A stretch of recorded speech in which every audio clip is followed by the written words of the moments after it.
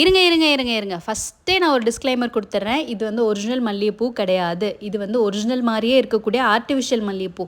இது தெரிஞ்சவங்களுக்கு ஓகே. ஆனால் தெரியாதவங்க ஏன் அதை ஸ்பெசிஃபிக்காக சொல்கிறேன்னு கேட்டுக்கோங்க. ஒரு 2-3 வீடியோஸ்க்கு முன்னாடி நம்ம இந்த மல்லிகைப்பூ வச்சு ஒரு முளம் கட்டுற வீடியோ வந்து போட்டிருந்தோம்.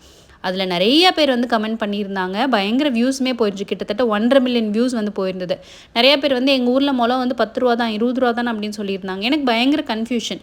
நம்ம வந்து இந்த மல்லிகைப்பூ ஹோல்சேல் வந்து பண்ணுறோம். யார்கிட்டையும் இல்லாத ப்ரைஸ் ரேஞ்சில் நம்மக்கிட்ட அவைலபிளாக இருக்குது. இது எப்படிடா 10 ரூபாய்க்கு வாங்குறாங்க அப்படின்னு பயங்கர கன்ஃபியூஷன். ஒருத்தங்க தெளிவாக வந்து கமெண்ட் பண்ணியிருந்தாங்க.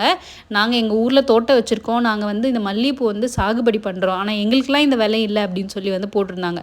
அப்போ தான் எனக்கு புரிஞ்சுது நிறைய பேர் வந்து இது ஒரிஜினல் மல்லிகைப்பூன்னு நினச்சி வந்து கமெண்ட் பண்ணியிருக்காங்க அப்படின்னு.